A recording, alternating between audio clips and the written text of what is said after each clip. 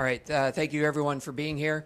My name is State Senator Dan McConkey. I'm from the 26th District, and I'm here to discuss a new constitutional amendment that was just introduced this morning, Senate Joint Resolution Constitutional Amendment number 12.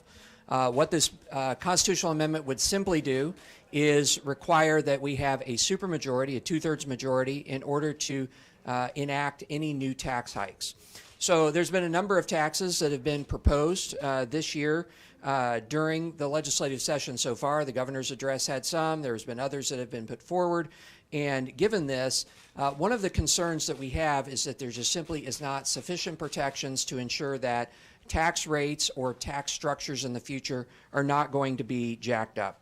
So let me just give briefly a number of the taxes that have been considered this year. So far, we've had about $4.5 billion in new taxes that have been put forward, including income tax, bag tax, gas tax, marijuana tax, a vaping tax, expand sales tax to include services, sports betting, and I think I'm probably missing one or two. So given that, we have 15 states across the country that require a supermajority, including California and Wisconsin, and we believe that it's time for Illinois to join that. So what this would do is it would require a supermajority to put it on the ballot, and then it would be our goal that in 2020, along with any other constitutional amendments that might be put forward, that there would be also a provision for people to be able to vote on this. So with that, we'll ask any questions. Well, we are open to any kind of ideas on that, but nobody's been talking about lowering taxes here in the state. There's only been talk about increasing taxes, and there's not been talk about sufficient, I think, budget constraints, given the situation that we find ourselves in.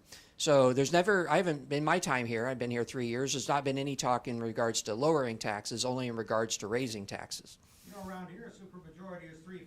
Why make it 2/3, which is even more, it's even a higher hurdle?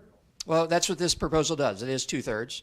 And what it does is this matches other aspects of what's in the Constitution, including the standards to expel a member, to convict on impeachment, or to indicate a closed hearing of the General Assembly or a committee. So we've tried to link it to other things that are there. Plus, we are tying it to the exact same standards that are in place for California and Wisconsin.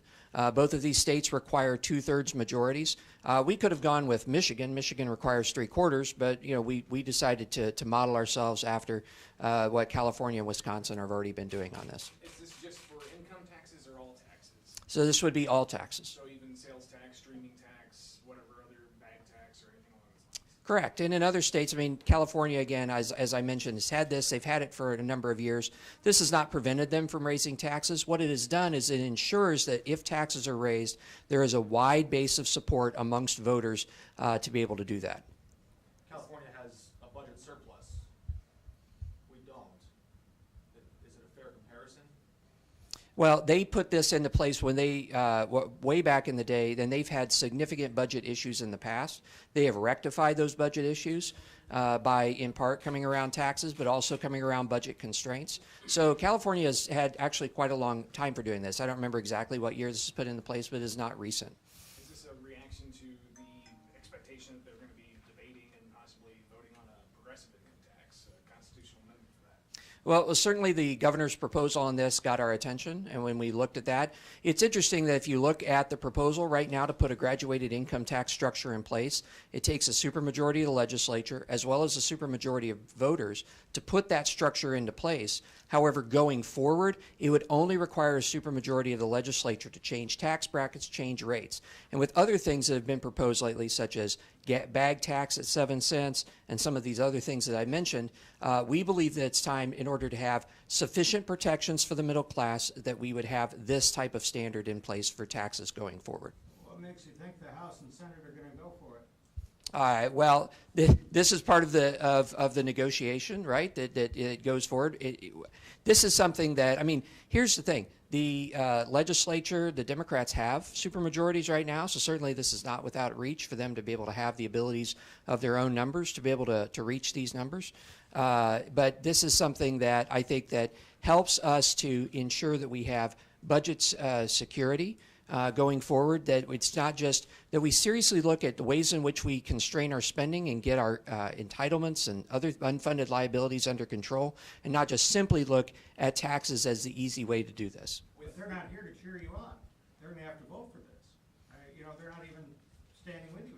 Well, we just introduced this morning. I have mentioned this as a possibility to some of our more moderate Democrat members who have said that's very interesting. We're interested in taking a look at it. But we've just filed this morning, and we don't even have all of our members on board yet. Senator Brady, who's introduced this in the past, is going to be signing on, for example, but just hasn't had the opportunity of doing it yet to be read in today. Isn't this a way of sort of requiring the State House or the process to deal a party in the superminority into this process? It's sort of like changing the rules after the contest.